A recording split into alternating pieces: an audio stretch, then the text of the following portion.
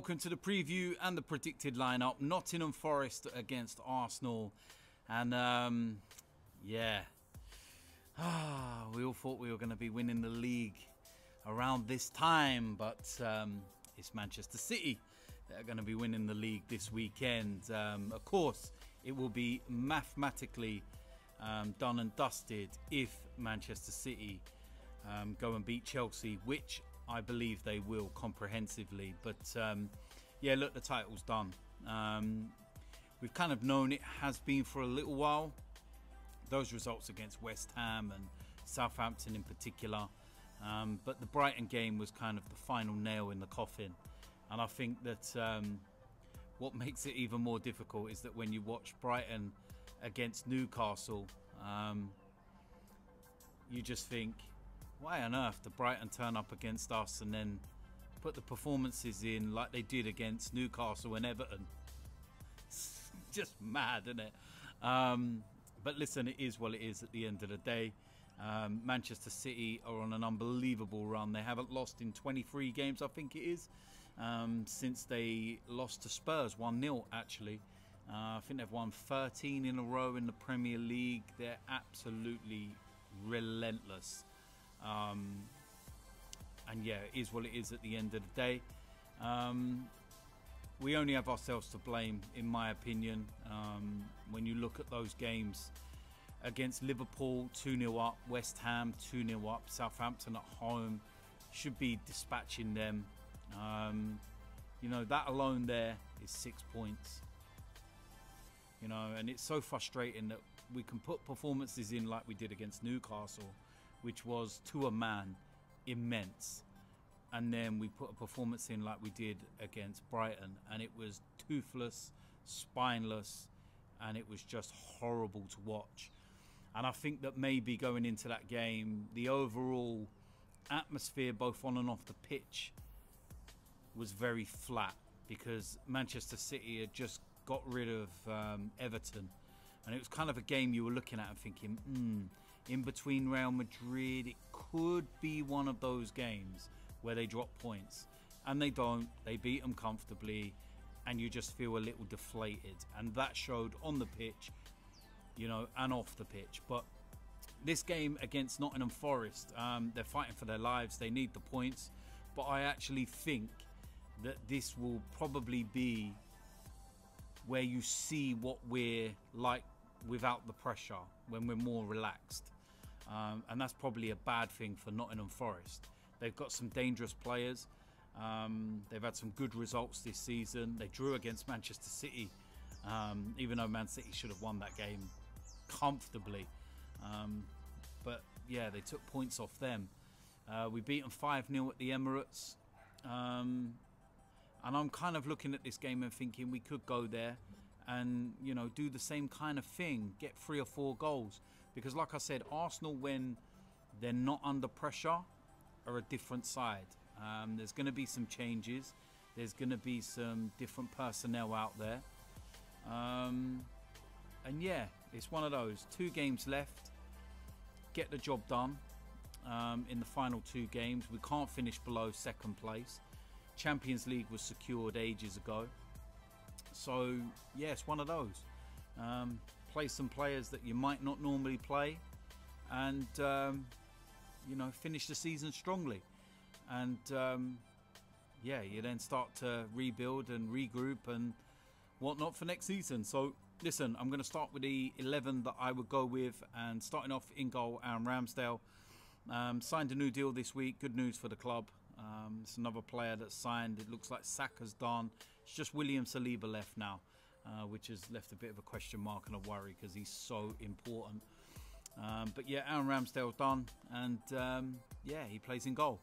Right back, Ben White. Don't think we've got many other options, to be quite honest with you. Very straightforward in that respect.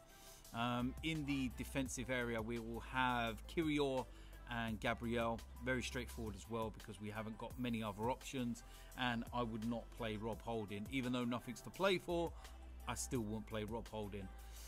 Left back position, we're going to go with Kieran Tierney. Obviously, I think Zinchenko is out for the rest of the season. I don't actually know what's going on. I've seen him train and stuff. It's weird, but anyway, Kieran Tierney's going to go in there.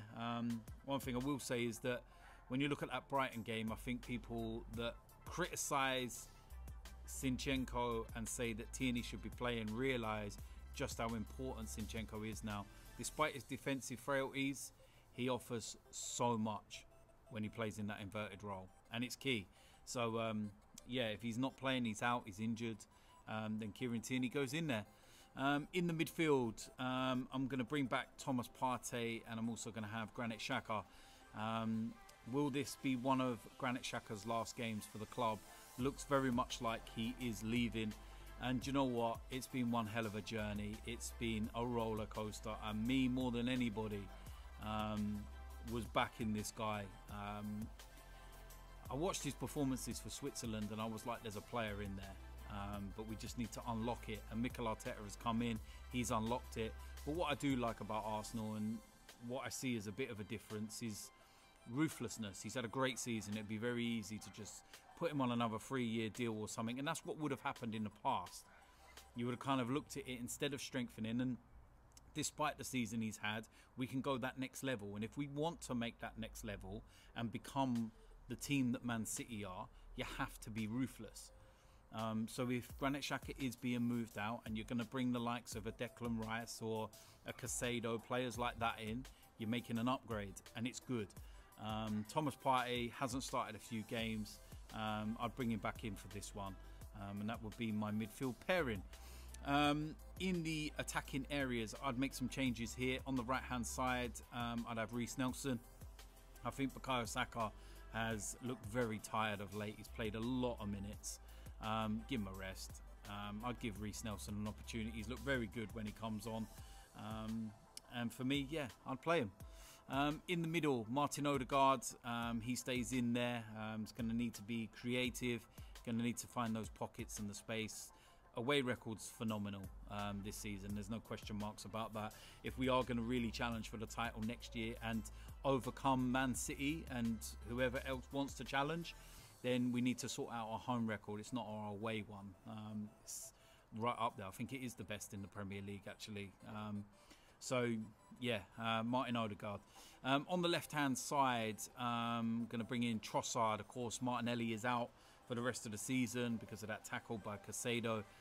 No hard feelings. It is one of those things that happen in football. But, yeah, it's a straightforward decision for me.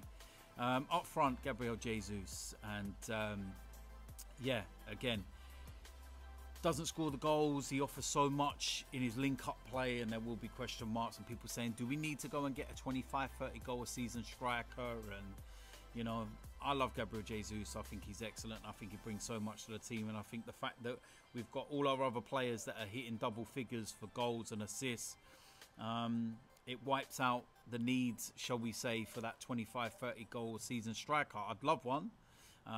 Competition for place would be great, because I don't think Eddie Nketiah is the answer. So yeah, but for this game, I'll be starting Gabriel Jesus. So listen, there we go. That is it for the preview and the predicted lineup. Let me know what you think about that lineup. Let me know in the comment section. I think that's a strong enough lineup. Very strong enough to, you know, beat Nottingham Forest with all due respect. And you know, the City ground will be rocking. The fans will be up for it, and yeah, we'll just have to see what happens. But I'm just looking at this and kind of going, let's get these next 2 games out of the way, and then kind of rebuild for the summer and ready for next season and really go at it, and Champions League and everything else. So something to look forward to. It's very exciting, that's for sure. But yeah, let's get these games done. I think that we'll be okay in these last 2 games because there's no pressure. And it is what it is, and at the end of the day, Man City, for me, will be confirmed champions over the weekend when they beat Chelsea. So yeah, it is what it is. Listen, if you're new around here, hit the subscribe button, smash a like on this video, and I will see you lot soon. I'm out of here.